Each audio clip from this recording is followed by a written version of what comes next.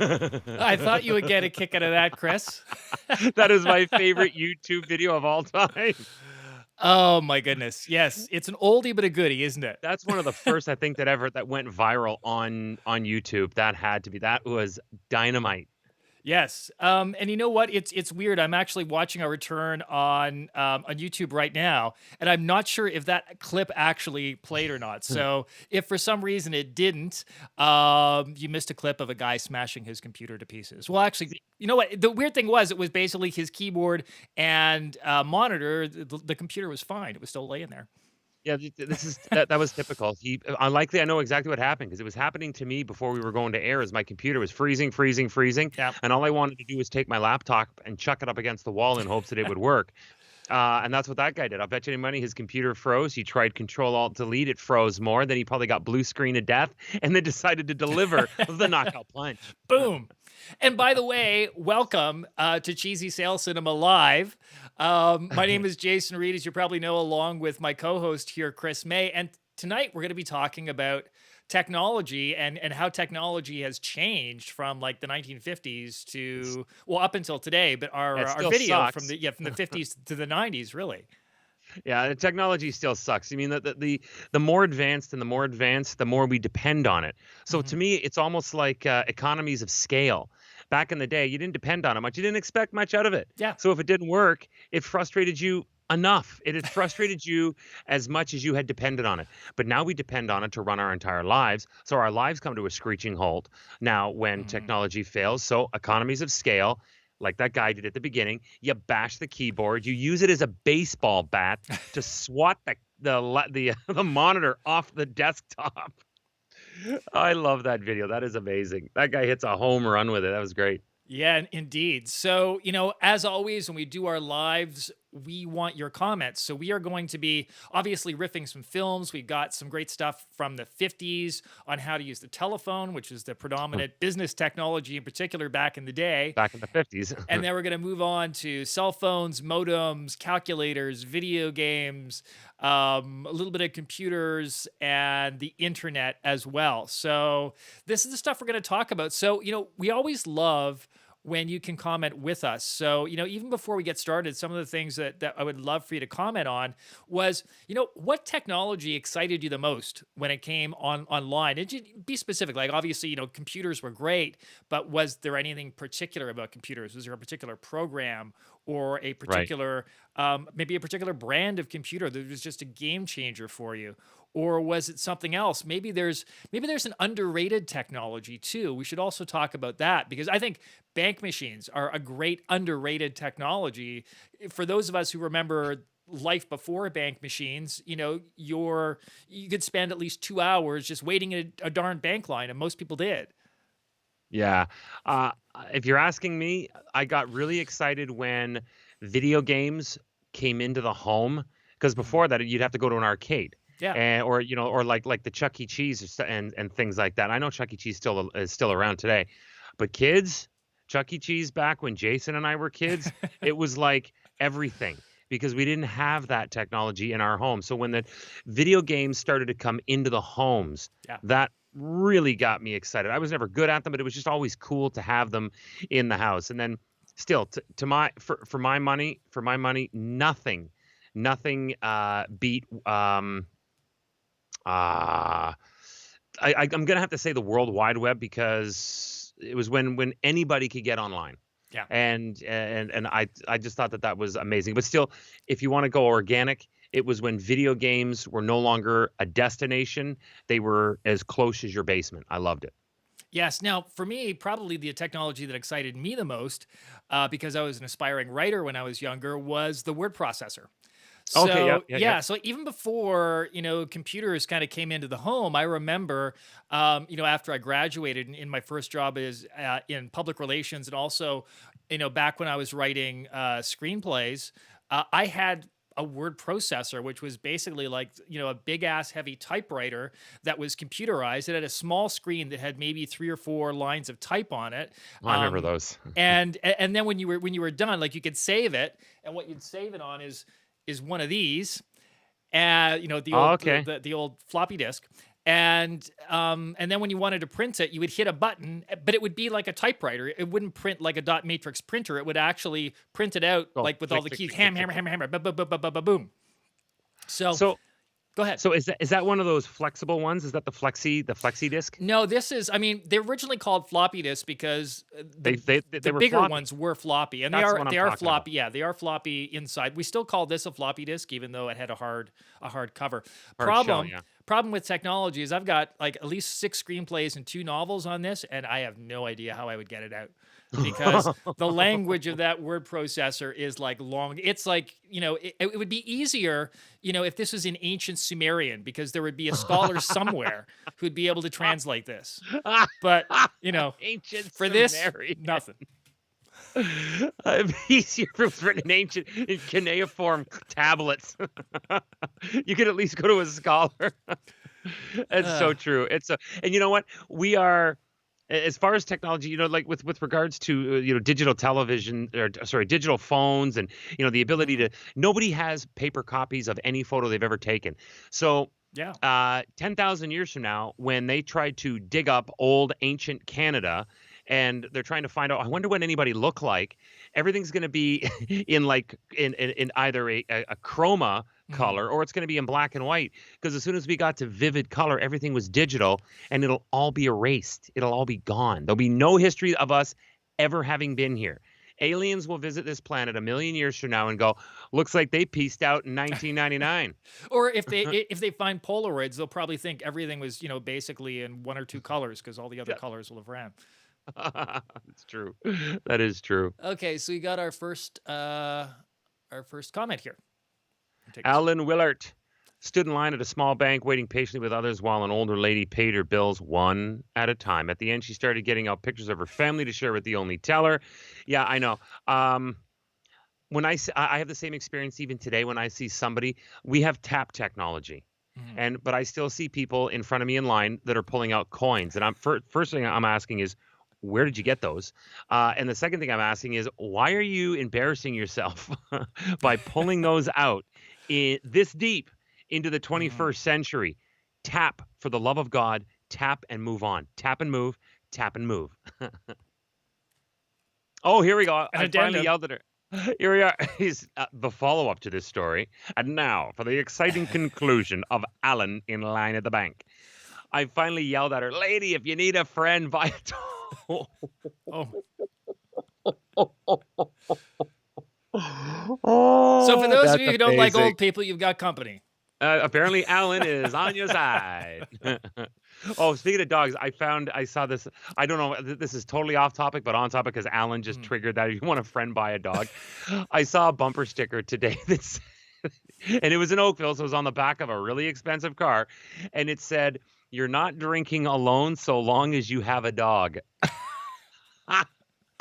That's certainly one way of thinking of it. Uh, that lady Uh, could have been drinking, yep. looking at photos of her kids with a dog, and she would have been So we'll be okay. okay. And speaking of the old, I mean, the big technology that everybody got excited about the early part of the 20th century was the phone. So you imagine the first time you would use a phone, just how mind warping that would be, talking to somebody who actually wasn't there in the room with you. I can't even imagine how life altering the telephone was, because before you would have had to have gone someplace to talk to the person, or you would have Mhm. had to have met up. Things humans do. The the telephone was just the beginning of that Yeah. long slippery slope, the downward spiral that the human species went into to get further and further Yeah. and further and further away from each other. But there had to have been a start. Yes, and by the 1950s, even though phones had been around for a lot of people for a while, apparently they were still having trouble with phone etiquette, particularly in business, trying to figure out how do these phones work and how should we handle people when they call. So, Oh why don't boy. we look at part 1 of our Okay. first film here, which is Telephone Courtesy by our friends at AT&T and T and Bell. Sometime next week, Hope we're not keeping you up, buddy. maybe. Wow, that's why the big X. And Maybe I'm they're too being busy to argue executed. about it. This looks like the paint they used to put on condemned homes during hurricanes. That dope's right over here.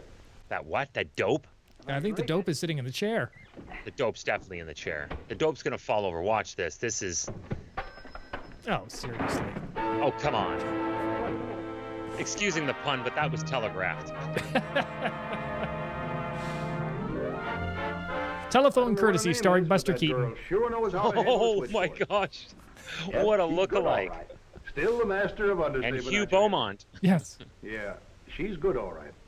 What's the magic formula? Creepy. Look, I told you before, there's no magic Very at all. creepy. It's very simple. It all started several months ago, when I was very anxious to get to the office early one morning. Several months ago, and it Had took an you important this business long to conference come up with a coming up. plan? A miserable day So for this my is car the to whole break down. backstory Of of course, with the rain, switchboard all the girl. taxis were taken. Because So, every about the only switchboard thing to girl do is needs a call the office. backstory. Wow, they got a rain machine and everything for this film. They must have put some bucks into it. Extras. Oh, look at this. There's a whole set full of extras. Well, it is the phone company. They did have some money back then, I think. Yeah, they were the only ones that had money back then because it was a new innovation. Telephones and oil. The whole dialing the phone scene. Give me a second. I'm going to check my digital watch to check how long it takes for that.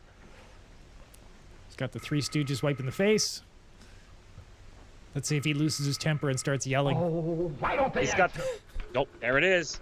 He has lose my temper eyebrows, doesn't he? He does. He's kind of like the Mo Howard of American Telephone and Telegraph. Hello? The whole pencil in the hair thing just never took Get off. me Bill Johnson. Yeah, Who? What do you want? I can get me Bill Johnson. Bill Johnson. Oh, just a minute. she could use some conditioner. Maybe it probably didn't have conditioner back then either. What? She dropped everything off her desk. What is up with these people? Again, How computers did you solve get that. the name? Who'd you want? Mr. William C. Johnson.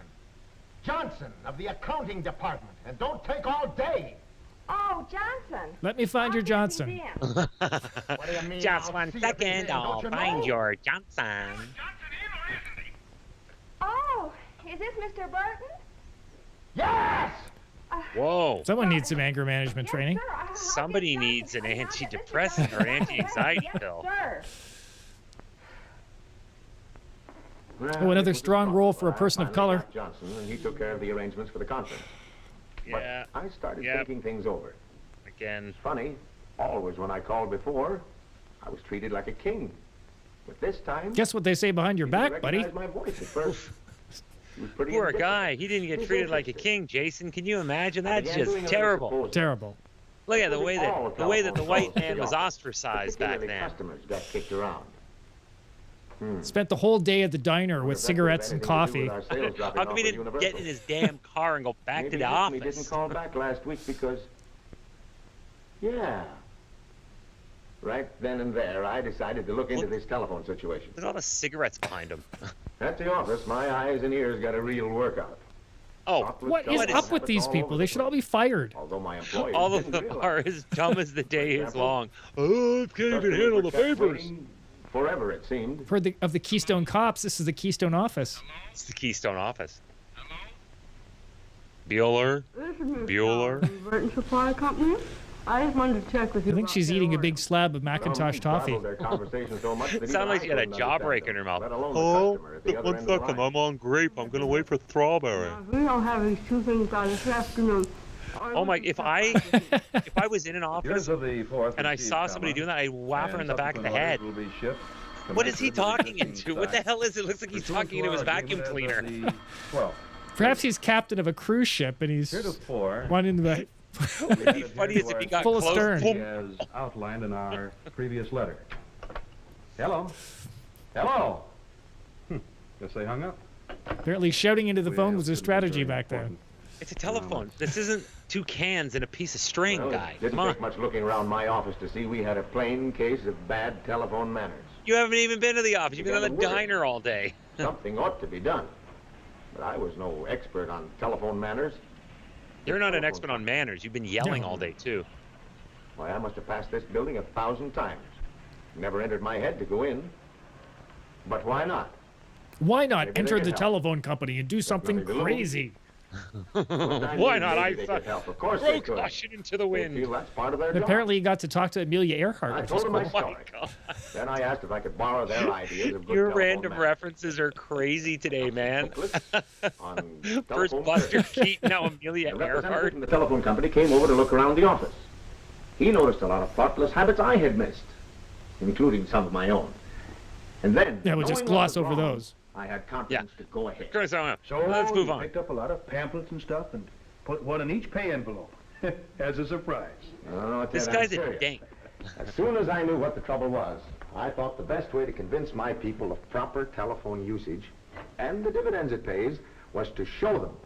So I put on a telephone show. Ooh, with puppets? And what was in that show? Well, we will find out in a moment when we get to part 2 of Telephone Courtesy. A show, Chris, a show. We're going to have a show. They're going to put on a play. We're so lucky tonight. We are. And hey, we even have an Amelia Earhart reference to start the Yeah, program. your Buster Keaton was actually really good too, though. You know what? There's nothing like bringing out Buster Keaton and Amelia Earhart to really bring in the kids because, you know, Oh, yeah. the ones You're who really are, stretching yeah, our you know, demographic. the ones who are on YouTube watching PewDiePie and all those other YouTube stars, they're waiting for the Amelia Earhart reference. Oh, yeah. They're waiting for whoever you're going to drop again from the 1920s. Yeah. So, okay. So phones, you know, thinking back to my own memory as a kid, everybody that I knew back in the day, this is probably like, you know, sort of pre 1983, every house you go into only had one phone and it was always hung on the wall in the kitchen. Yeah. Yeah. Same as my house. Yeah. And I guess because they assumed that the lady of the house would be using the phone and she needed to keep an eye on the food or something. It just seems like an odd spot in some ways to. I think put the phone. because, as far as I'm concerned, I think it's because the kitchen was so central. Everybody Yeah. had a bedroom. Then there was the basement. Then there was the front door. Then there was a garage. I mean, I'm talking about people who had all those Mhm. things. I'm stereotypical. And then everybody would meet in the kitchen. So the kitchen. Now, keep in mind that houses were some homes, were, if you were in a townhome, it was straight up and down. If you were Yeah. in a wider home, so if I don't know about you, but we, in order to make sure that you could do stuff, we had the telephone hung in the kitchen, but with a 100-foot cable. Yes. The really long cords. It was so bloody long, and it was the swirly Yep. twirly ones. The twirly ones. So yeah, somebody would we could effectively and walk it out of the kitchen. I could walk it out into the hallway, down the hallway, into the television room to tell somebody that they were on the phone. And on the way back, I used to do like skipping rope. Yeah. And my dad would be like, "Stop banging the walls with the cable." And those phones, man. I mean, you didn't own the phone back then. You only rented the phone. The phone was owned by the phone company. That is true. I forgot And about they were that. and Yeah. they were massive. If you ever took one off the wall, I mean, they weighed like about 6 or 7 pounds at least. And with those handsets, you could literally hammer in a nail with those things and not chip the plastic. Not that I ever did that or anything. No, of course not. Now, if you're going back to the original, now the phones that they had there, those black phones, we Mhm. had one of those. Probably my most distant memory on this planet was a black and white television in the basement, and we had one of those black phones. I swear that the receiver was made of ivory. It was so goddamn heavy. Yeah. That's the thing. Like you're Mhm. right. You could sledgehammer things. I don't know, but I believe it was made of ivory. It was so heavy. And then I remember, I remember that when I was like 5 or 6, and then we moved a couple of times. And I was either downstairs or upstairs in the attic or something. And I found that phone again with our old phone number on it. Mhm. And I would just think to myself, why were the phones so bloody heavy back then? What were they making these things Well, out of? I know. I mean, one of the things they had really heavy magnets in them. So I think that was part of Okay. it. And All right. then I Well, I think didn't know the that. other thing was just things were built to last back then. So Yeah. when they built something, especially because the phone company wanted it to be used for years, they weren't considered disposable items like phones Yeah. became in the early 80s, where they were just cheap plastic crap. They were Yeah. meant to last for years. So they actually built them pretty strong. Got another comment. Here we go. Kenco and Son. We had one telephone, a turquoise rotary phone on an end table in the living room beside the Chesterfield. Chesterfield. Ken, how old are you? I remember the word Chesterfield. Yes. It got replaced by sofa, Or and couch. it is and now it's been replaced by couch. If you go to if you went Robinson's back in the late 70s or early 80s, you were buying a Chesterfield. Into the 80s, you were buying a sofa, and today you're only going to find, if you go Leon's, it's a couch. There you go. Field was it as big as a field? I don't know what it was about. You got another one here. Susan. Ours was in the hall at the bottom of the stairs, which was an excellent way to have three teenagers fall on top of each other. I'm now seeing a scene out of Roseanne. I was gonna but I'm say seeing Roseanne. you lived in a sitcom apparently. It's true. Hey, how long, Jason, in your house did it take to get the double line, where you would you'd have two telephone numbers, and there would, in the answering machine, it would be.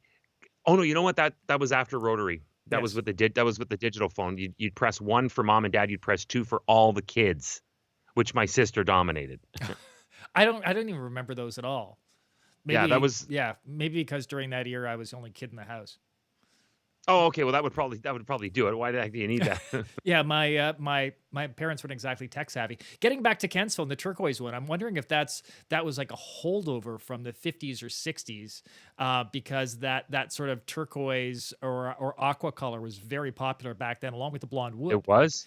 Yeah. I don't remember turquoise. Ours was ivory black. Yeah. The one that we had that was it. Yeah.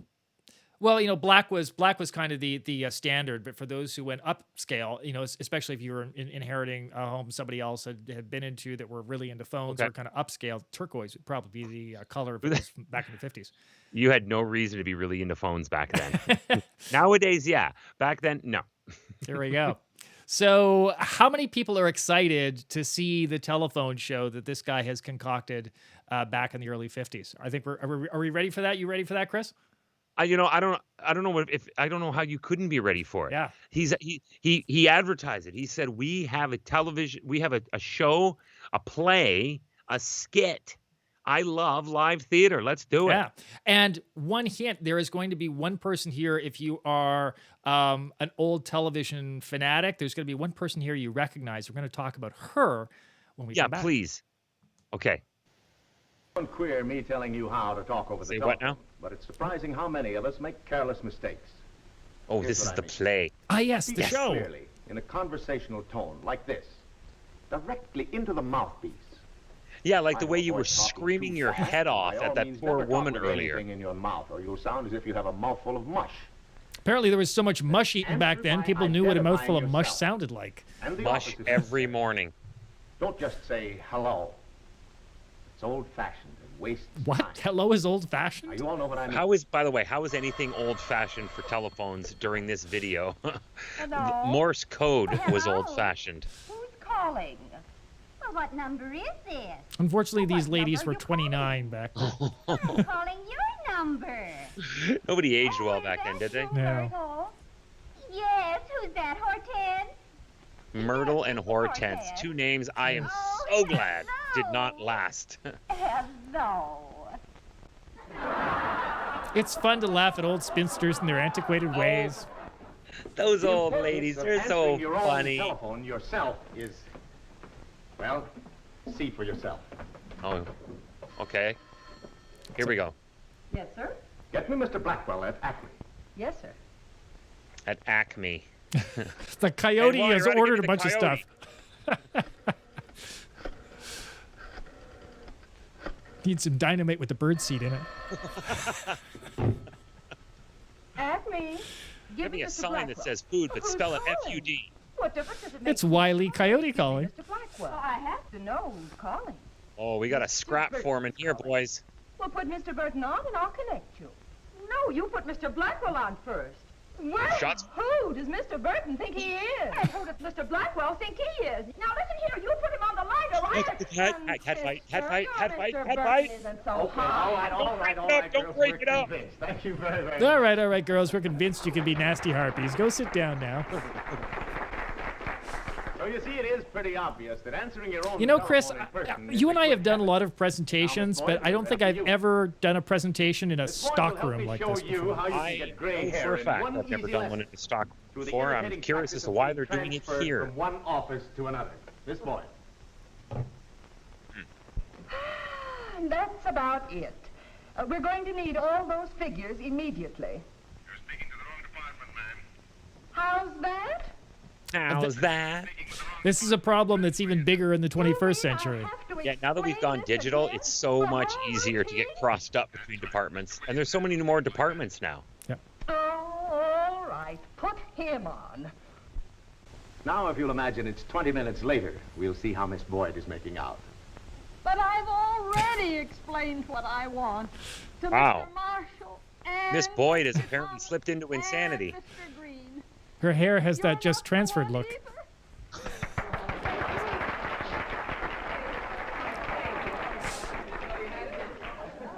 All of that heartbreaking struggle can be avoided. If you can't handle a call yourself, make sure you transfer your customer to the proper department or office. So what, they Oh. were deliberately transferring people to the wrong I'm sorry, department? Mrs. Maxwell, but Mr. Wow, Thompson here's another can't new write here's that. another revelation. Would you care to speak Do with the him? right thing. Do your I'll be glad to job. have your call transferred. It's just as easy as that. Just be sure your caller is transferred to the right party. That It should saves come so much as time and common energy for you sense. and the customer. Now, the most important consideration of telephoning, how your voice sounds on the other end of the line. Every time you talk on the telephone, We've got visual aids. the customer has some kind here of we go. mental picture of you. Remember, this is way before If PowerPoint. your voice personality is dull and lifeless, like this, hello, in his imagination, dull and you'll lifeless? That's a probably look duck. Like this. It sounds like Aflac. What The the? customer will feel you just aren't interested in his Whoa. call. It's Or drunk that you work homeless for a guy. business that's something close to this. One of the best Do you ways help we him, can fellow express American our who's down call on his is luck? speak with a smile in your voice. An interested voice combined with proper telephone That was usage like, buddy, can you is like spare a offering dime warm look. handshake over the phone. And with it, you'll appear like this. Like one of the Kennedys. Our business, more like this. Wow. Everything is just so industrialized. It doesn't matter what you sound like. You work at a factory. We want our business to Accounting sound very department, Mr. rectangular. And by the way, a business that's telephone Everything must sound not industrial. only treats the callers right, but makes sure the customers have its telephone address. Well, now I've heard everything. What is this mysterious telephone address? Nothing mysterious. Wow. The telephone You mean a number of an telephone office number? is just as important as the Yeah, signal. maybe let people know your telephone have number it so they can printed actually like give you a that. call and order your products occasionally. Letterheads, Well, Ted doesn't know what that Billboard? is because he doesn't even know what a even on telephone our number business is. cards. You see, that's our Ah, telephone. put it on your letterhead. There's an idea. Say, that looks like a good idea. Ah, there it is. That must be my long distance call. How do you know? Did you have a special me, ring Ted. to it? Burton. Yes, I'm ready. And Ted, to help keep us from slipping back into old habits, we have this reminder in front of us all the time. Let's see this. What the telephone is you'd be telephoned to? What does that even mean? That makes no sense. It's like a riddle. You end your movie on that stupid phrase? All the money that was spent on that production, and they end with that. And they've got that on every. He said, "We all have this in front of us. That you spent money on training, and you put these cards on everybody's desks, and you thought that was going to be a good idea. That's motivation right there. It was a really good idea to remind people that they're in a business and they need to speak gibberish most of the time. Well, yeah. He also, I am glad that he cleared up the part where you just do yourselves a favor, do us all a favor, help yourself out, and connect them with the proper line. Really? Yeah. You needed. That's like the warning on the back of a coffee cup today that says contents are hot. Or when you Yes. buy a bag of bread and it says don't wrap the bag around your head. Right? Pretty obvious shit. It is. Now, the interesting thing with this particular film, as you know, I like to do research on all of these films, and there's almost nothing on this film for some reason, even though it was obviously a big production. And Except for one actress. except for, well, this is just because it finally clicked. There's actually, I think all three female actresses, the two that were everybody was laughing at, and also Miss Boyd, who got transferred a lot. They all seem familiar to me, but Miss Miss Boyd, Boyd in particular really seemed familiar to Okay. me too. Yeah. And for those of you who wonder who Miss Boyd is, she is Aunt Bee's friend Clara Thank you. That's what it was. from That's exactly Andy what it was. Griffith's show. Yes, that's it. There Thank we you. Oh go. my gosh. That was bothering me. And I mean, that was bothering me a lot because I was like, she was a secretary. No, she wasn't a secretary. Yeah. She was a gas station attendant. No, she was a gas station attendant. That's what I Yeah. remember her from the black and white episodes Yes. of Andy Griffith. Yeah, Thank so you. her name is or was Hope Summers, and actually she was in a lot of things, but the Andy Griffith Show is probably, if you recognize her, the thing that you probably recognize her That's from. what I recognize her from. Yeah. Thank you. And one thing, actually, my sister reminded me of this yesterday when I was talking about technology and phones. She reminded me of a time when one of my younger cousins, and this is probably, I don't know, the late 80s, early 90s, when, we had not only touchtone phones, but also speed dial. And my younger cousin, who was really young, was at my grandparents' place, and she had to phone home. And my grandfather said, "There's the telephone over there," and it was the old rotary style telephone hung on the wall. And she just looked at it. She did not know how to use it. She'd never used a rotary phone before. She's like, "What is it? What is this? How do I use this? What Wow, speed dial number?" We were not that far removed from the rotary phone at that point. Could you imagine what kids must think when they walk past a payphone and the buttons actually push in? Ooh, what is this toy? What is this receiver thing? What is this? This is a slot machine? Yeah, and just it's really funny because we do these films, a lot of these films, and it's always when someone stops to use the phone, it just takes this interminable amount of time because Oh my they gosh, have yeah. to pretend to be dialing the 7-digit number, and it just takes forever for that to happen. Do you remember when we went to the push button phones, Mhm. but it was still, you'd hit the button, you'd hear, Yeah, and you had to pay a premium to get touch tone. to get So you had touchtone. those first phones. Remember those crappy plastic phones you talked about earlier in the Yep. program from the 80s? There'd be a button on the side that would go, it would go, I remember what it was. It was tone or pulse. Yes, Tone pulse, or yeah. pulse. And you had to pay a premium in order to get the actual touch tone. Yes, because interestingly enough, with the touchtone phones, you actually didn't need to press the buttons. You could actually have a recording of the tone, or if you had a really good voice, actually just mimic the sounds, and they would connect you. So I did not know yeah, that. that's why they were touch tone phones. It was the tone that actually dialed the number, not the actual buttons themselves. Oh, see, I thought the button made a tone. Oh, this is the CRA to avoid going to jail. Press 1. Yeah, Yes. that's another thing that's blown up on our face. Yes, the wonders of touchtone phones do have their drawbacks for sure. They do. Yeah, Exactly. in terms of getting in the wrong department, I just expect now whenever, if you can find a number of a place to call customer service, if there's 2 or 3 departments, I just assume that it's going to take me forever just to talk to the right person. Everything's on it. Everything's online now. Sometimes it does frustrate me that I'll go and I'll look for customer service. There's no phone number. Yeah. You can't phone somebody for some of the things that are the most critical for us as well. It's just send us we've got somebody online ready to take your questions now. Okay. So, as the technology progressed, the next set of commercials we're going to see are about beepers, cell phones, and modems. So just talking about cell phones for a moment, Chris, do you remember your first cell phone experience, the first time you actually used one? Yeah, my dad's car phone.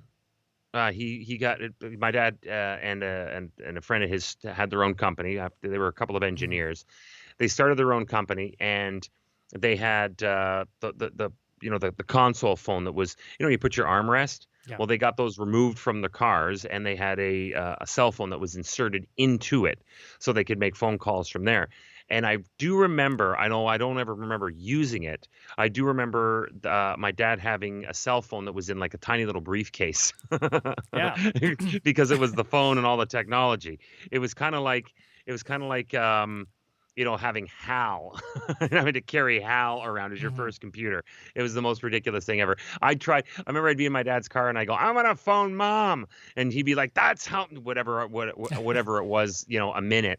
And of course now, you don't pay that much, but you do pay you pay a premium, but you can phone and talk all bloody day long now.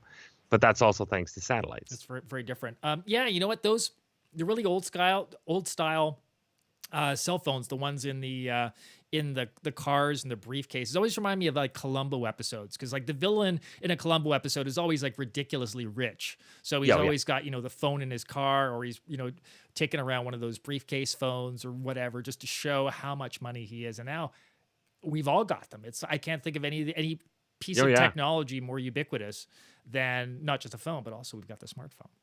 Well, precisely. I mean, there was a time, and it wasn't all that long ago, where you could basically, like within the last maybe 10 years ago or greater, if you left a cell phone someplace, there was a chance it was going to be stolen. Yeah. Nowadays, you leave a cell phone someplace, and they're looking at it going, "What's that? That's a piece of crap. I got the latest. You got a piece of crap." I like my shoe phone. Hey, thanks a lot, Maxwell Smart. Agent 88. Get smart reference. So, I've got a couple interesting remarks about my first cell phone I used, and also the first cell phone I had. But why don't we check out the video first, and we'll come back and talk about that. Something tells you there's going to be a tie-in here. Oh no.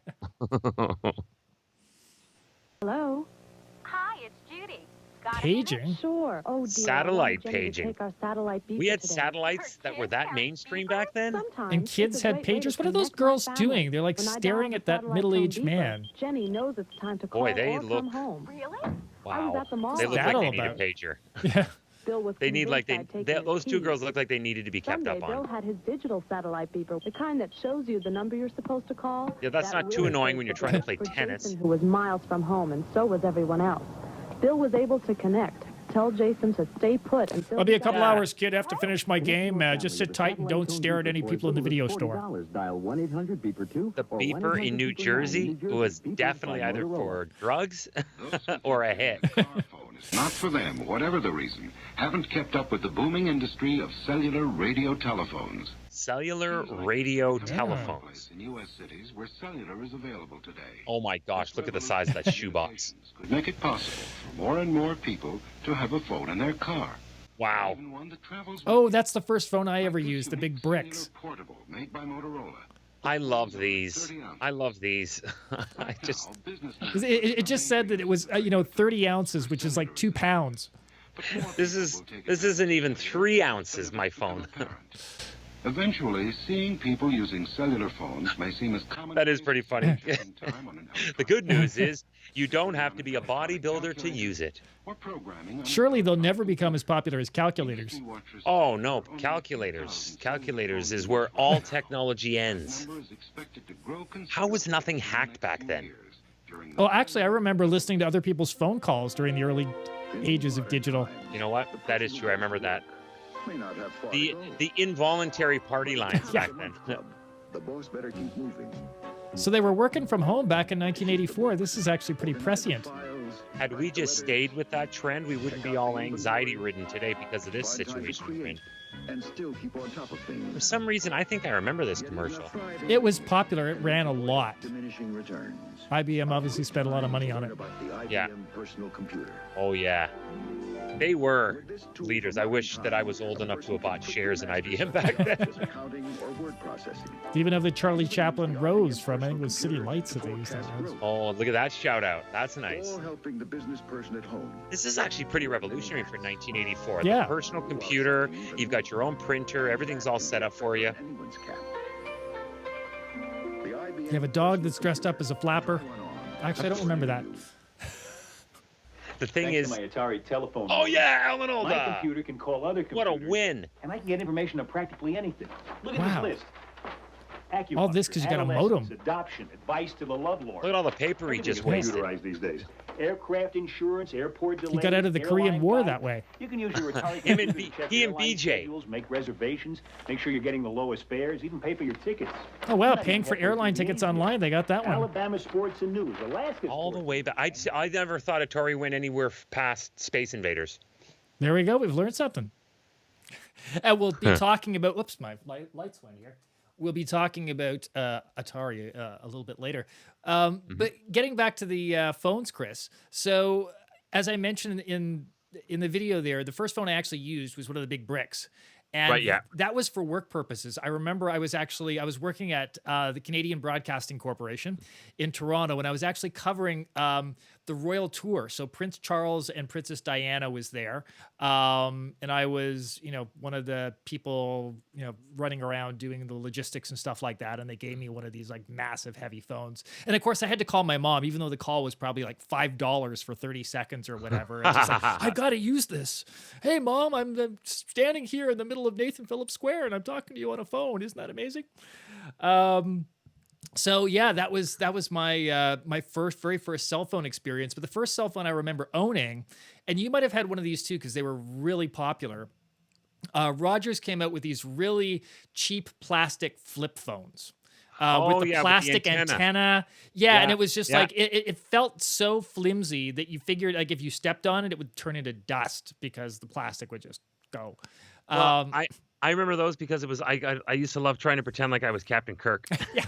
Yeah, they were very communicator-like. But getting back to the lack of privacy, I remember, because of course, as you mentioned, it was insanely expensive back then. I think my first cell phone plan was $20 or $30, and that was like 10 minutes. So I had to use my minutes wisely. It was literally for emergencies, right? So Dark ages. Yeah. So I use my phone for some reason and I go to hang up and I can hear these two people talking. I'm like, hello, hello. And they can't hear me, but I can hear them.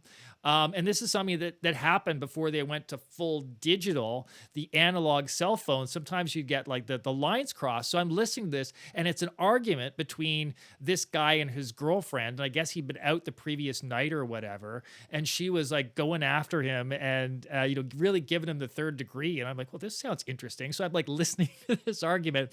And of course, 10 minutes go by. Suddenly my phone cuts off and I can't use my phone for the rest of the month because I spent my 10 minutes listening to this stupid argument. Well, yeah, because it was still active. Oh, shoot. That is awesome. You just paid. That was like, back then, you may as well have just spent that money on a month of Super Channel or one of the other pay TV channels. Yeah. First Choice or First Choice, exactly. C Channel, if I wanted to watch some opera. There's an old shout out for you. I thought I had it at Super Channel, but no, you beat me. So I'm just curious out there, if you'd like to share, if you guys remember your first phone. I know I have one friend of mine who's a little bit technology shy, and he only just moved to a smartphone. He had a flip phone previous, like one of the little flip phones.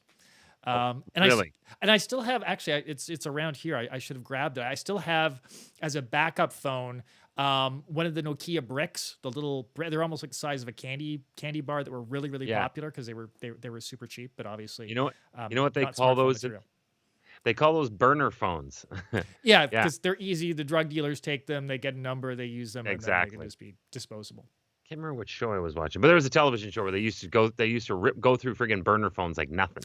I also think I remember them actually handing them out to people with those disposable phone cards. I believe right after 9/11, when everybody was stranded on different flights when there were no flights in the air. Yeah, I think they were handing out phones. I think it might have been Nokia itself. They basically were giving out, and these phones were already kind of past their prime. And I think Nokia had a ton of them. So they just gave them out to everybody at the airport and said, look, if you need a phone to call your family, because there were only a few payphones and there were obviously thousands and thousands of people wanting to call home because they wanted their loved ones to know they were okay. So that was one of the things that actually happened back then. Wow. It's funny when I think about 2001, I think we were so advanced in 2001. And then I actually remember 2001. No, we weren't. Yeah. I was still on AOL. Yeah. And I still had a dial-up modem. Yeah, speaking of AOL, we're going to be talking about AOL and CompuServe in a bit. But let's look at some of I don't want to say necessarily the lighter side of technology, but some of the technology that we kind of forget about, things like, calculators. Before computers were like a really big thing for a lot of people, and they were sometimes surprisingly expensive. And again, I mentioned bank machines, so they were something that were sort of brand new in the 1980s, a great piece of technology. Yeah. And also, late 70s or actually early 70s, the first video game consoles, and they were pretty primitive. as you'll see. So why don't we? Very. I remember. Yeah. So why don't we watch this? Think about, if you had a video game console when you were growing up, what was the first one you had, and what do you remember about it? Because we'll be talking And we'd about love that. to hear from you. Yeah. So please let us know. We'll be talking about that when we come back. Look It's fast, irritating. because the hands on this watch are about to disappear. Now, What does that? look again. Why would you Hands are want that? back. Why do these hands disappear? Because they're not really hands at all. They're actually electronic pulses of light. Pulses of Introducing the amazing laser beam wristwatch. It's not a laser beam; it's an LCD. We believe it will soon be one of the most And apparently it's faulty. This is history. them telling you that However, when the as part of hands a disappear, we special meant to do publicity that. campaign, we will send you It's a one good of these thing when the hands amazing new disappear. laser You beam can't tell the luxury time. watches. Not for the hundreds of dollars you might expect, but for I wouldn't only expect $100 $10. for that. But to get your amazing laser beam wristwatch for only $10, you must act now. If you Special call within publicity the next offer 30 may be minutes, withdrawn you at can any order a time second because they're laser beam sold out of the for only back of a $5, van. just half price. How many of those watches must they have had? Johnny Cash for Canada Trust. How many times? Now, this was the great time-saving machine, the bank machine, the very first one in Canada. I was a Canada Trust customer, Canada and Trust I is a remember when better this first came in, and Their Johnny Cash I- money machines are I open love these 24 hours machines. a day, 7 days a week. That's I right. had that All card. day, every day, just for And it was such a novelty Johnny too, Cash money machine. because Oh, it man, really was. bank lines were The smart ridiculous way back to get then. your money. Yeah, because you had to do everything we with never with close. your book. Yep. They had to fill out the book. Introducing the answer. A really small calculator, a really silent electronic, a really fast This is thinker. pretty advanced one stuff that here. works anywhere You'd on really hope battery that it or would be plug-in. silent. Why would it One not be with silent? all the calculator know-how you'll probably ever need. As long as you're just doing Introducing the addition, world's subtraction, smallest multiplication, electronic and calculator from The most maker of the calculator world's you'll most probably ever complete need line, for Sharp. 5 minutes. Introducing the LC8. oh, it only costs $1. World's Well, that's smallest reasonable back then. calculator by Sharp. Price tag to match. What? $345. $345 for that? LC8. Why did they show a The answer. $1 bill a See ya. second ago? That's like $2,000 in today's money. Or more. Magnavox presents Odyssey, the electronic game of the future. $345, and guess what? To any No. brand TV, black and white or color. That's not Create the a end of the closed-circuit calculator. Electronic playground. Oh, look at Odyssey this gives you piece all of the garbage. exciting action of hockey and 11 I wish other somebody would challenging shoot play this and guy learning playing the games for recorder in the entire background. Yeah, what is that all about? There are the shots there. He's still playing. Dimension for your television. Now at your Magnavox That dealer. He's listed in is the yellow terrible. pages. Oh, goodness. That's bottom of Bunch the barrel of white stuff. lines. You're watching the most exciting This is the one that I had when I was a kid. Telstar You- from oh, Coleco with I don't 3 remember different this. games. Telstar Tennis with digital Here we Coleco's go. version of variable Pong. speeds. Telstar Hockey.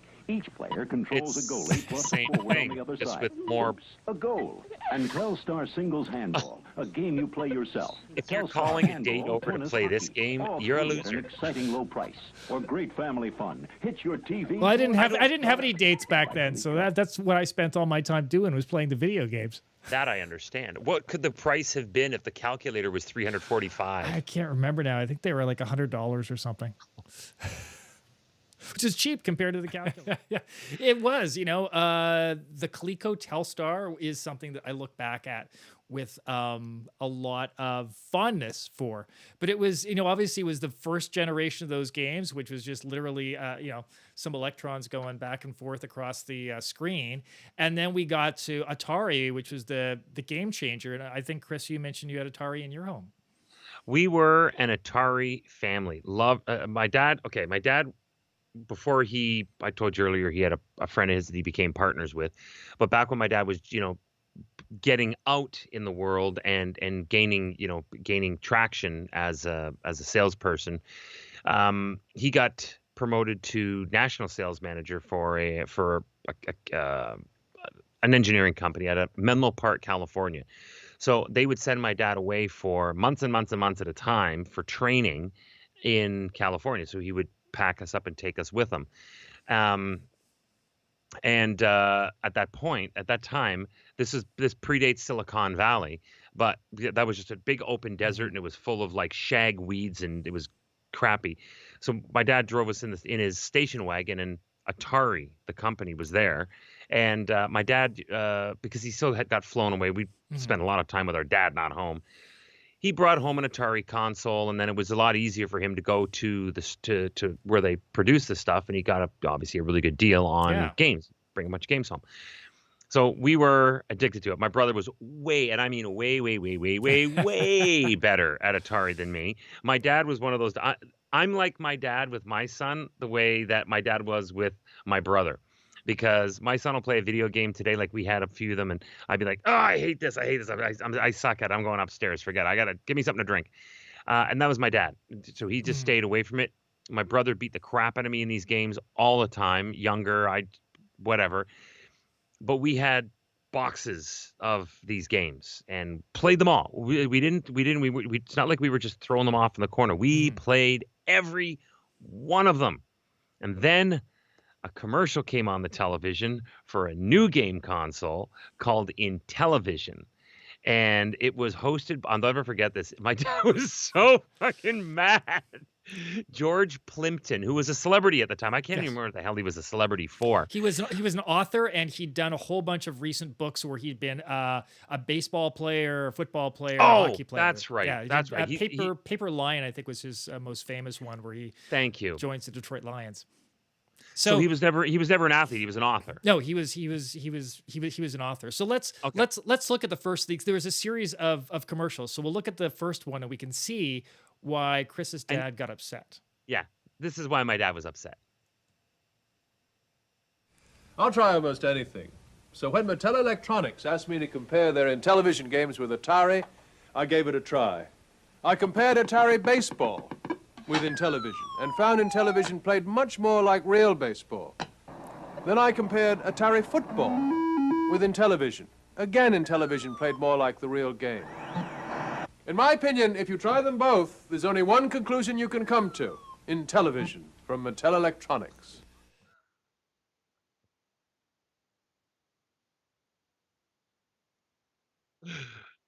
Yeah. And my dad was like, I'm not going to use the colorful line. Why not? I won't use it. I'll just use the first letter. My dad was like, that guy should just stick to writing his effing books.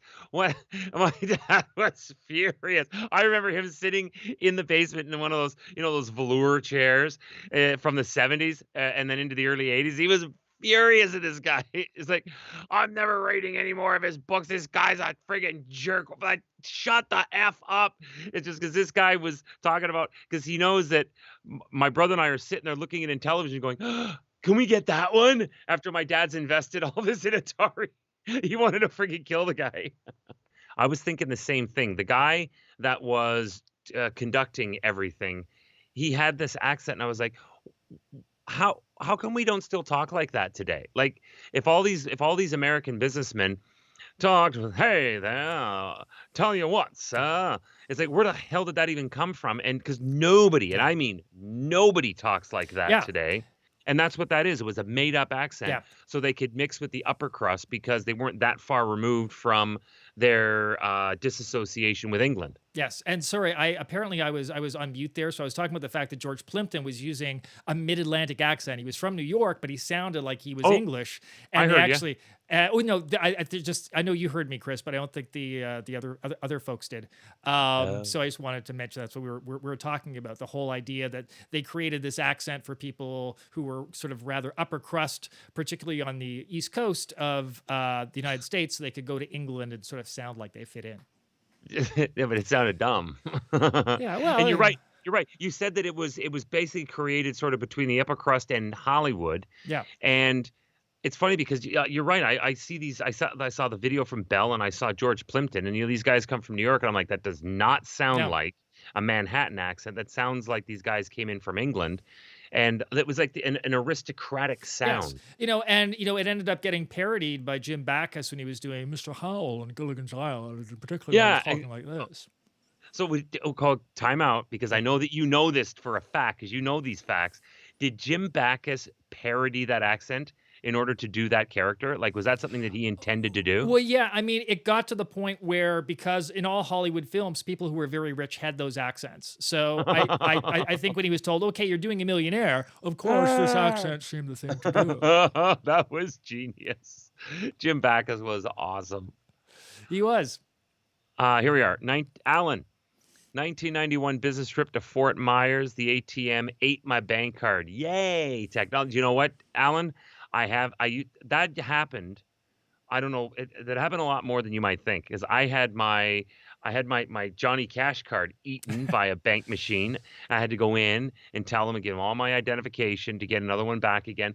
But yeah, it wasn't great when it first started, but it was convenient. Mm-hmm. Exactly. I hope that wasn't a Chevy Chase in the vacation movies situation where that was the only card you had. 'Cause Yeah. that really sucks. That would have sucked. And then now you're without money for the rest of your trip. Yeah. All right. So, we've talked about, obviously, we've gone from the telephone to cell phones and modems, talked a little bit about computers, the fun stuff with video games. Yeah. And then comes the internet. And it's interesting because the internet did not necessarily come fully formed. It came in the shape of a couple of companies. One of them was AOL, and the other one was this company right here. Space, the final frontier. There's no time like the present, and no place like Anywhere USA. I hear there's an Anywhere USA in every state, just like Springfield. Well, if you want to get more vague, this is a really good way to start your corporate film. Decision. Just dark, someplace, slightly out of focus. And life itself hangs in the balance. Someone smiles. So, what was that disease called again? Oh, darn, I forget. We'll just have to let them die. This was the start of doctors saying, get off the internet. Let us tell you what's wrong with you. And someone has a need fulfilled. Someone has a need fulfilled. Well, the old folks can enjoy themselves too. They went to the two seniors. Somebody had a need fulfilled. One company has persevered. And one company This is back before the World Wide Web, when it was just the internet. You needed a company like CompuServe just to get online. From our beginnings as a time-sharing company in 1969. Back it up a tiny bit. The World Wide Web and the internet are the same thing. Service in the nation. Nope. The internet came first. Yeah. How are they different? Well, the World Wide Web was a browser, but the internet with CompuServe, you'd log on, and it was basically all like DOS, and you sort of had to figure out what part of the system to go into, whether you wanted to browse the news wires, or use email, or talk to people on chat. That's pretty much all you could do. Did everybody have access to it, like this woman here, or did you have to be part of a company? No, as long as you paid for it, but it was expensive. Okay. And it was all done through personal computers. Yes, it was. Look at this. From San Diego. So this is, obviously you have to go through CompuServe, where the World Wide Web was when it just became open source. Exactly. No way. So CompuServe must have been a massive company back then. Yeah, both CompuServe and AOL were the only two ways you could get on the internet back then. Oh, America Online, I remember that. Computer owners a place to help each other and talk directly with manufacturers. Young students prepare school. Young students as opposed to the old students. Old students never used computers. Nope, they were still in the typewriter. Sharpen their minds with CompuServe games. Yes, because we know games sharpen people's minds. Yeah, exactly. Smart shoppers find what they want on CompuServe, from gifts and discount buys. And then you wait for months for your sofa. To convenient services. Jim, I didn't know you cared. Love Susan. Susan. Across the country, people depend on CompuServe wire reports for the news and weather where they are. I remember reading the wire during the O.J. Simpson chase, and the internet actually went down. So many people went on to find out what was going on that the internet actually broke. I'll be honest with you, man, I did not know the internet was that popular back then, because I thought it didn't come around to the WWW. I guess I was a pioneer. You are a pioneer. You're like Plymouth Rock. That we helped initiate. But it's our commitment to high standards of innovation and leadership. Of course. Man, corporate videos were just so boring back then. Let's make sure we get a helicopter shot. We need something to keep people's attention. As we fly away in this extremely bizarre and nonsensical viz that's actually pretty bad quality. Anywhere USA, time the present, place the CompuServe. The first choice of network nations, the first of two choices because there were only two. And 5 years later, they were out of business. Well, that was a bit of an exaggeration. They weren't exactly out of business. Technically, they're still in business. There's still a company called CompuServe, but it's much obviously much different. But yeah, after the World Wide Web came in, and I think Mozilla was like the first really popular browser, companies like CompuServe and AOL just had less of a role because people just didn't need to pay all that money to get what they were offering. And you know what, Chris, since you never actually used any of these services, one of the things that I did, I went and found some screen grabs. So picture me at the time, my computer I was using a Mac notebook computer that was black and white screen. So not even a color screen. So I would log into CompuServe and I would see something like this. So what we have is like a little menu, and you can access the newswire or access sports or access chat rooms or access the stock ticker, but it wasn't a browser. You had to sort of click on an icon, and it brought you into this sort of kind of very sort of boring looking kind of DOS environment where you would read stuff. I have never seen this before. And I remember my CompuServe email address. The first email I had was through CompuServe. And this was back when my email address, even though the last part was at CompuServe.com, the first part of my email address was a 12-digit number. It wasn't even a name. So was that for everybody? Yes, at that time, they hadn't got the technology for you to customize. So it was basically your customer number, which is a 12-digit number. But like the phone number, I can actually still remember my CompuServe email number today. I'm not going to say it because it actually forms parts of my passwords. But I still, that 12-digit number is still embedded into my brain. So, because the only reason I think that's hilarious is, like, I know that it was its time, but if you got an email from 12-digit number at gmail.com, you're not opening that email because it's a virus. Exactly. It's a Trojan. Didn't take long for the euphoric "you've got mail" to become a scourge. Oh yeah, absolutely. It's stop.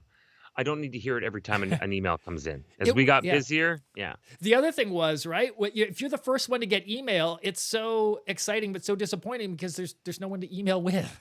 That was the thing with me. It was just like I kept trying to talk to my friends. Do you have an email address yet? Do you have an email address yet? And I remember getting an email was just like so exciting, and getting a physical piece of mail was so boring. And now it's the opposite. Completely. Absolutely. So, and the other interesting thing about CompuServe was back then, like everything else, the technology gets used for, I don't want to necessarily say immoral purposes, but, people end up using it for dating and other things like that. I know what you're talking about. And yeah, it's kind of difficult. Like now when we think of technology, one of the things we think about is the ability to send pictures. Back then, the pictures were like this. They were done in ASCII. Oh, wow. And what ASCII is if I blew this up, you would see that it's actually made out of numbers and letters and commas. Oh my and gosh, periods. you're right. Yes. So ASCII, ASCII, right? That's right. And believe it or not, people probably still do, create artworks where they go in and they've got a picture that they're working from, like this picture of this woman, and actually recreate the picture in ASCII text. So this is what you had if you're looking for dirty pictures on the internet back then. This is the sort of stuff that you would have. So obviously not very exciting. No, but again, there were still peep shows open at that time because it hadn't gone to Blu-ray yet. True. Now, I remember one experience through CompuServe because one of the things they were known for were they had a lot of chat rooms and stuff like that. And they were kind of like the party lines, which were really kind of confusing because you'd have a whole bunch of people in a room and you'd be chatting almost like you would via text now. Only there'd be almost like a WhatsApp conversation, like a group conversation. Okay, right? Yeah. And then, so I went on, I remember going on, I think it was like 19 or 20 or something and going on for the first time. And I'm talking to people and you're having these conversations. And I got talking to this one woman. I can't even remember what we were talking about. We were talking for 1 or 2 minutes. And she said, do you want to go to a private room? Which is basically would be like a direct message today. I didn't even know what that was. It's like, yeah, sure. So she, hit a couple of keys. We're in a private room and we keep talking. And, she asked me, what do I look like? And I'm not thinking anything of it. And what I look like. She goes, so, what do you like? And I'm like, well, I like baseball and I like old movies, blah, blah, blah. What do you like? And she responds with, I like to be spanked. Spank me. And I'm like staring at my computer going, okay. So What I button did. do I push for Yeah, that? it's just like SPANK, enter. Harder. Capital SPANK. And then it was, capital SPANK exclamation mark. And by the time I got to the exclamation, I'm thinking, am I supposed to be enjoying this? Like, Why does this feel like a really bad spelling bee? yeah, I ended up logging off shortly after that and just going, I don't know if this is for me. Yeah, I don't know if the internet's ever going to take off. I'm not into this. No, probably not. Probably not. Oh, yeah. Old joke. Oh, yeah, got it. There you go. Hey.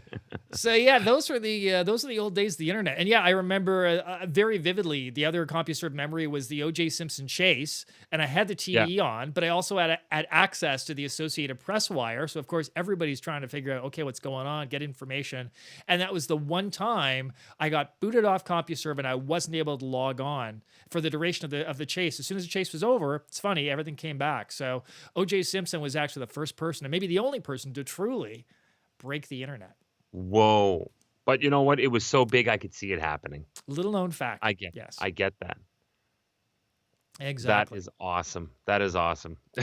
So there we are. That's our look at technology. I'm sure during our other lives we'll probably revisit and look at a bunch of different technology. I mean, we've pretty barely touched. I think we only had one actual PC commercial, so we sort of barely touched that. But this is sort of like I think a pretty good starting point to look at something that a lot of us take for granted these days, but really has an interesting history, because we sort of think of these things fully formed. Like the cell phone, for instance, and forget that originally they were a briefcase or a brick before they were the nice little smartphone computers that we've got today. You're preaching to the converted, because I clearly admitted the fact that I didn't know the difference between the internet and the World Wide Web. I thought they were the exact same thing, because I'd forgotten that there was that transition. I didn't know anything about a CompuServe. I've never seen a black and white Macintosh screen. Like, this is all new to me. I'm like, what world were you living on? I didn't see any of this stuff. I was very sheltered. Apparently, I know you were really into, like, when we did the Apple Newton program, you were really into that. So I was actually surprised that this stuff wasn't in your wheelhouse. I don't remember CompuServe. I do remember. I take it back. I do remember the black and white screen. My first computer I ever worked on in school, my first PC, was the Apple, right? Mm-hmm. The Apple, and then I went back. So that was in grade 8, and then in grade 9, which at this academy I was at overseas, it was the Apple II. By the time I got to university, I was working on the Apple IIe or the Apple III. I think it was the Apple IIe, and it was the ones that I grew up on as a kid. They were black and green, but then the Apple IIe, I believe it was the black and silver that you showed. And Apple again started with the drop down screens before PC ripped them off. Yeah, so, I remember working at a PR company where the original Macs, this was back in the mid 80s, and everybody had those Macs with what seemed now like the tiniest little screens. I know. Those original Macs were ridiculously small, especially since they were used for desktop publishing and stuff, right? And of course, also not everybody had them. Only like the senior man. I should say they were everywhere, but now that I think about it, only the senior managers had them. I did most of my work still on a typewriter. Yeah, I did. Only in the schools did I see a Mac. But at home everything was like my mom worked her way. I mean, she was a dance teacher, but before that she was a secretary, and my mom's typing speed was great. So we had a manual typewriter, then we had an electric typewriter. So like 90% of my projects through high school were all done on typewriter, never computer. Yeah. Because to me, if it was electronic, it was Atari. Exactly. And I love my Atari. What I find funny now is when I go on Facebook, one of the Facebook ads that pop up is for these word processors. And I swear, they look almost exactly the same as the word processors from back in the 90s. And this advanced technology allows you to do your writing without all of the distraction of social media. It's just like, this isn't a new technology, dude. Yeah. You know what else you could do? You could go even further and go back to the typewriter. Or you could go and get up, a pad and a piece of paper and be actually Hey, creative and do some writing that way, which how about some studies muscle have memory? shown actually makes you more creative. That is true. Well, 100%, because your brain has to go down your arm and direct it to write. That's why I still journal. A lot Yeah. of comedy, none of which I can bring up here. Yes, We'll have a show to that. That will be your after midnight blue set. Yeah, precisely. Yes, that's late night comedy after all the kids have been tucked into bed. There we go. Just like Krusty the Clown. It gets a little blue after midnight. Anyways, thank you all for joining us. Yeah. Next month is going to be our first year anniversary of doing live. So we're going to be That's doing a unbelievable. special show. And especially for those of you who are regular watchers, and we know who you are, I even have most of your addresses.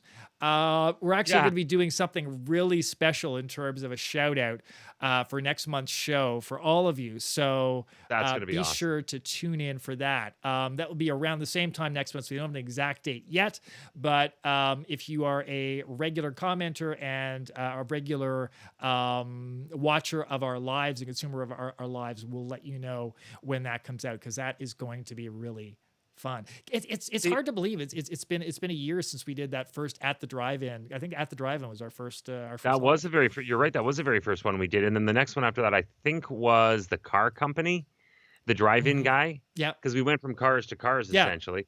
That's a fast year to have gone by. I mean, especially when you consider everything that's been going on in the world, you'd almost think that a year would have been a grind, but it's been awesome. It's been a ton of fun, and I think a lot of us have had a lot of fun with it, especially when we get people that are writing in and being a part of the program. And for those of you that are just joining us, and you just found out about us, we've been at it a year.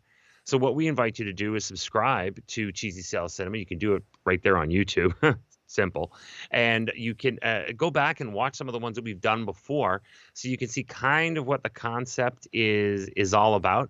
And again, as Jason will always say, I always say it as well, if you have a suggestion, if you take a look at them and say, you guys have done a lot of this kind of stuff or this kind of stuff, what I'd like would to see an episode that deals with this, because I bet you can't.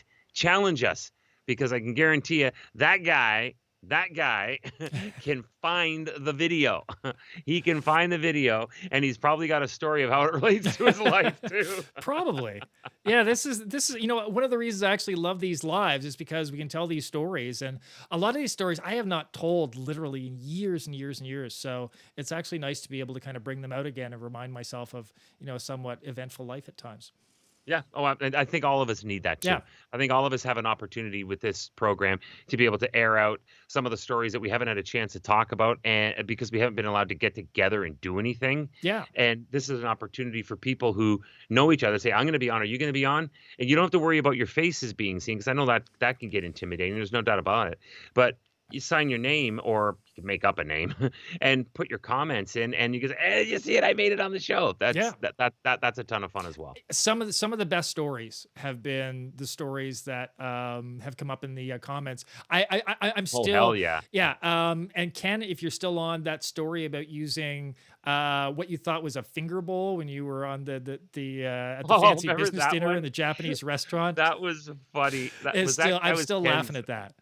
That's brilliant. And there's so many different stories. I mean, Susan sharing stories of her family on the farm have been great, and Rob stories, and of course Alan pops in with some great stuff, and Lori, and all of really everyone has come in with at least one story that's really made me laugh. So it's a great community. So yeah, we would really encourage you, go back, look at some of our back catalog, because I think some of our best programs have been ones where we actually haven't gotten a lot of viewership yet. So I think we may bring some highlights of a couple of those out for our next episode.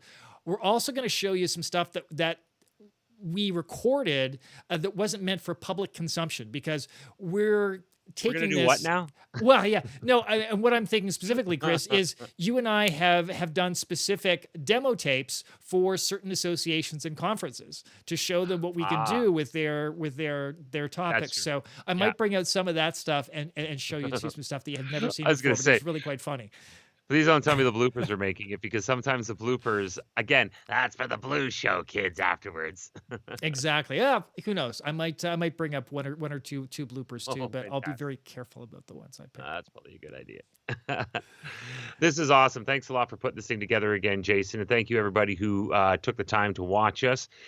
We always do appreciate it. We love it. And remember, we're going to be back in a couple weeks with another episode that Jason and I do just on our own. Next month is the first anniversary. And man, that's amazing that we're going to be talking about how we've been doing this a year.